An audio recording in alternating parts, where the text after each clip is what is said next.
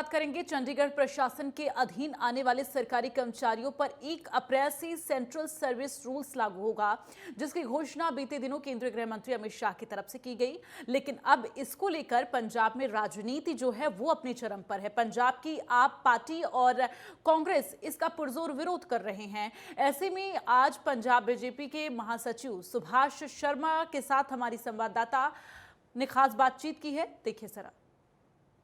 प्रशासन के अधीन आने वाले सभी सरकारी कर्मचारियों पर 1 अप्रैल से सेंट्रल सर्विस रूल्स लागू होने वाला है और जिसकी घोषणा केंद्रीय गृह मंत्री अमित शाह की तरफ से चंडीगढ़ में आकर की गई है।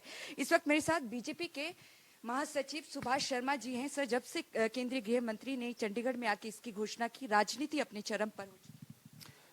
देखिए, केंद्रीय गृह मंत्री जी की जो घोषणा है उसको इस संदर्भ में समझना चाहिए कि चंडीगढ़ के जो एम्प्लॉइज थे, जो कर्मचारी थे, वो लंबे समय से मांग कर रहे थे कि क्योंकि हम यूटी के एम्प्लॉई हैं, यूटी कैडर के एम्प्लॉई हैं, इसलिए हम पर सेंट्रल सर्विस रूल लागू किए जाएं, सेंट्रल पे स्केल लागू किया जाए।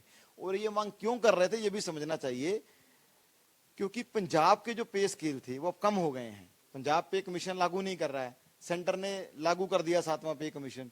तो उन एम्प्लॉइज को लग रहा था कि हमें इसका लाभ मिल सकता है, तो उनकी मांग को ध्यान में रखते हुए उनको कुछ सुविधा मिल जाए, उनको कुछ लाभ मिल जाए, गृह मंत्री जी ने यह फैसला किया है। और जहां तक कांग्रेस के सवाल उठाने का सवाल है, तो मैं याद दिलाना चाहता हूं कांग्रेस के अपने मित्रों को कि 1 नवंबर 1966 को जब पंजाब रीऑर्गेनाइजेशन एक्ट बना था, तब से लेके और 31 मार्च 1991 तक 25 साल चंडीगढ़ में सेंट्रल सर्विस रूल ही लागू थे। तब तो कांग्रेस की सरकार थी प्रदेश में भी और केंद्र में, तो क्या पंजाब का अधिकार कम हो गया था उस समय? आर्टिकल 309 में स्पष्ट ये प्रावधान है कि यूनियन टेरिटरी का फैसला केंद्र सरकार को ही करना है। यूनियन टेरिटरी है ना चंडीगढ़, तो यूनियन टेरिटरी का फैसला कौन करेगा? तो केंद्र सरकार करेगी। तो ये जानबूझ के इश्यूज को डाइवर्ट कर रहे हैं। जितना ध्यान यहां लगा रहे हैं उतना ध्यान पंजाब में लगाएं। मैं सीधा सवाल करता हूं कि चंडीगढ़ के एम्प्लॉइज क्यों मांग रहे थे सेंट्रल सर्विस रूल और सेंट्रल पे स्केल?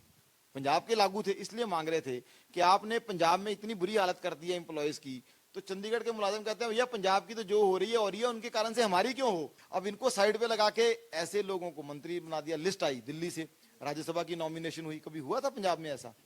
कौन है जो लोग राज्यसभा में गए हैं? कहां से ये लिस्ट बन के आई है? सबको पता है।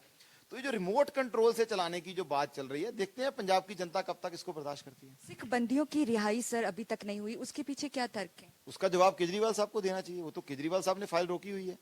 केंद्र सरकार ने तो पूरा अपना जो काम था कर दिया है। अब इसका क्योंकि ये फेडरल स्ट्रक्चर में फैसला तो स्टेट गवर्नमेंट को करना है। चंडीगढ़ में पंजाब सर्विस रूल्स लागू हो रहे थे, उसकी खामियों के चलते यहाँ पर कर्मचारियों की डिमांड को मद्देनजर रख के ही केंद्र सरकार ने ये फैसला लिया है कि इसे लागू किया जाएगा। नेटवर्क 10 के लिए चंडीगढ़ से ईशा ठाकुर।